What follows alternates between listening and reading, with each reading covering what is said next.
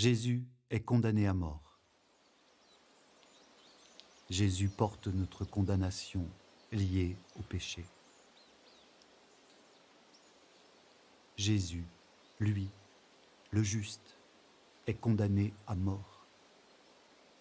Lorsqu'il sera sur la croix, un des larrons crucifiés avec lui dira « Pour nous, c'est juste, mais lui, il n'a rien fait de mal. » Cette condamnation est injuste. Jésus la porte à notre place. Il est venu subir la condamnation des pécheurs pour nous en libérer. Je ne suis pas venu appeler des justes, mais des pécheurs. Jésus fait pénitence pour tous les pécheurs.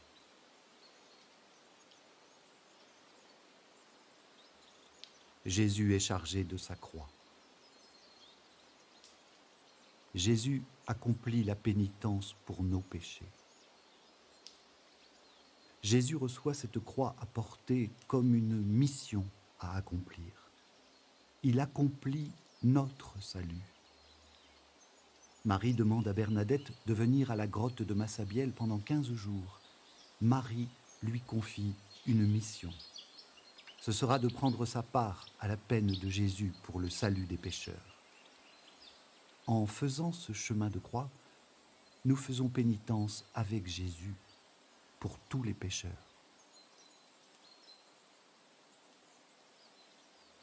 Jésus tombe une première fois.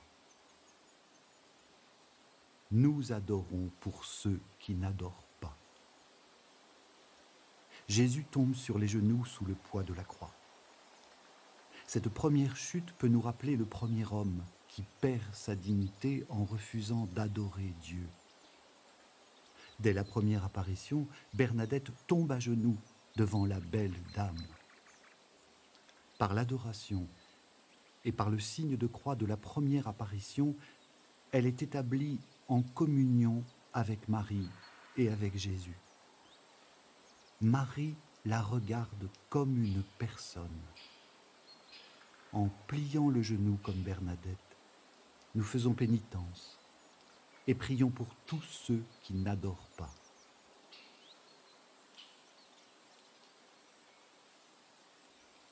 Jésus rencontre sa mère. Marie participe à la rédemption. La Vierge Marie participe entièrement à la passion de son Fils.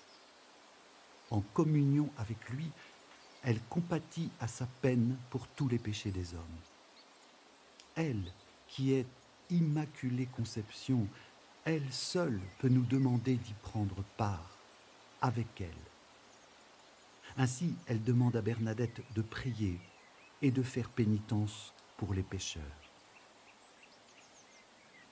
Simon de Cyrène porte la croix derrière Jésus. Les peines subies avec le cœur participent au salut des hommes. Simon est réquisitionné au hasard. La croix de Jésus lui tombe sur les épaules sans qu'il l'ait demandé. Aucune vie n'est épargnée de difficultés, grandes ou petites, accablantes parfois. Nous pouvons espérer qu'aucune épreuve ne soit trop lourde pour être subie. Toute épreuve est une participation à la croix de Jésus. Par elle, nous pouvons nous unir au Christ souffrant.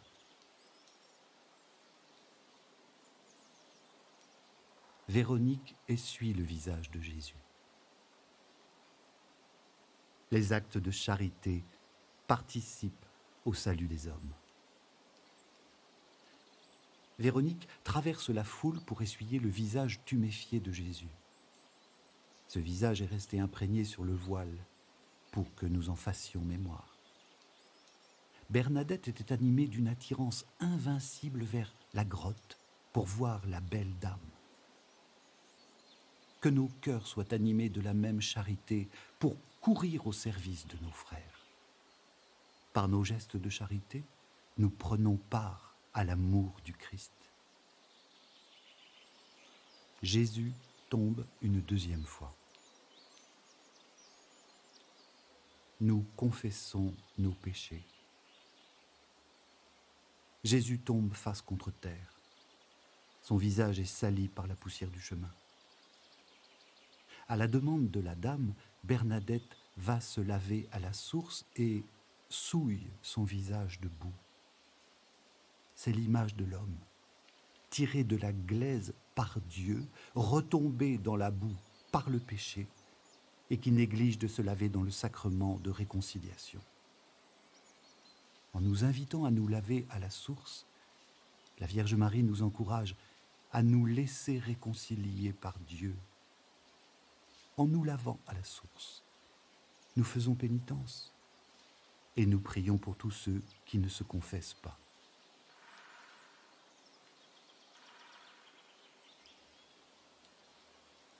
Le péché est le plus grand des maux. Jésus demande aux femmes de pleurer sur elles plutôt que sur lui, car lui est le Sauveur.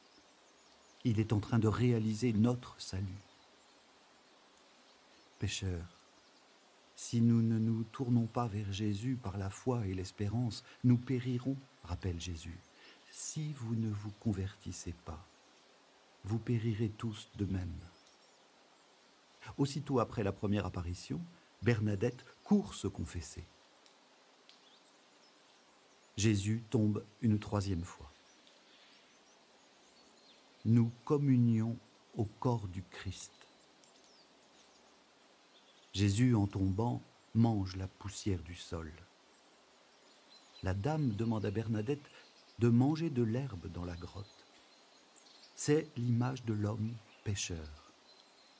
En nous invitant à boire à la source, la Vierge Marie nous encourage à vivre de l'Eucharistie et à méditer la parole de Dieu. En buvant à la source, nous faisons pénitence et prions pour tous ceux qui ne participent pas à la messe. Jésus est dépouillé de ses vêtements. Les malades participent au salut des pécheurs. Jésus, dépouillé de ses vêtements, défiguré par les bourreaux, se retrouve dans la même situation qu'Adam après avoir péché. Nu. Adam est le père de toute l'humanité déchue et perdue.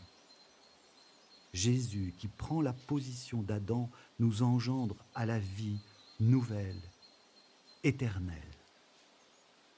Les malades dont le corps est dépendant sont en communion avec Jésus et participent au salut des pécheurs. Jésus est cloué sur la croix.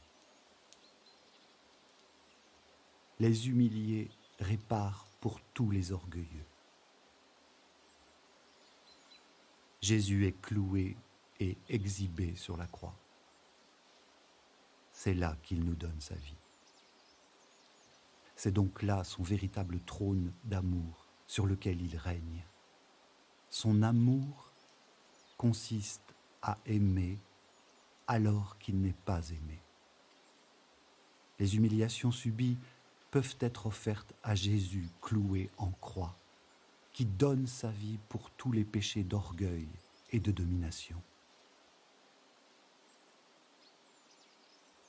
Jésus meurt sur la croix. Jésus se fait source. Paradoxe. C'est lorsque Jésus est mort qu'il devient vraiment source de vie.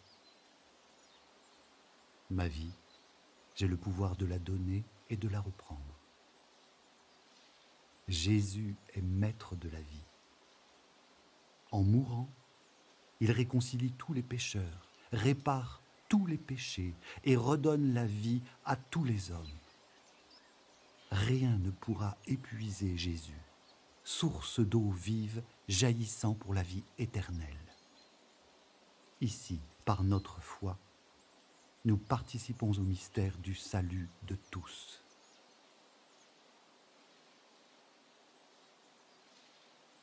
Jésus, détaché de la croix, est remis à sa mère. Consacrez notre vie à Marie. Juste avant de mourir, Jésus a confié tout le genre humain à Marie. Elle est devenue la mère de tous les hommes. C'est le dernier acte que Jésus devait faire pour accomplir notre salut. Mort, il repose une dernière fois dans les bras de Marie. De Bethléem au Golgotha, Jésus est dans les bras de Marie. Et nous, avec lui. Consacrer notre vie à Marie est le meilleur chemin pour prier et faire pénitence pour les pécheurs.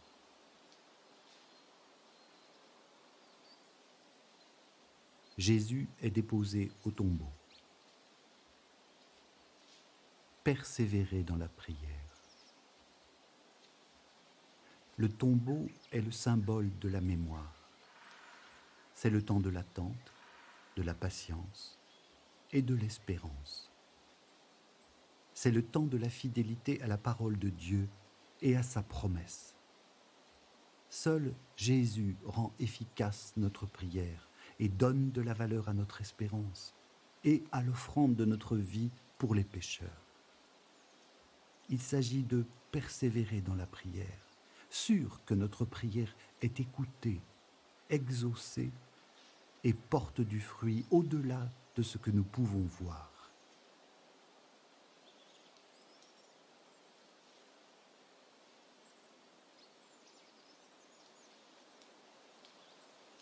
Résurrection. Notre prière est exaucée. Dans la foi, la Vierge Marie sait que Jésus sauve tous les hommes à travers sa passion et sa mort. Marie sait que le sacrifice de son Fils nous acquiert le salut. Comme Jésus a été vainqueur du péché, il sera vainqueur de la mort elle-même, conséquence du péché. La résurrection de Jésus est le signe de cette victoire.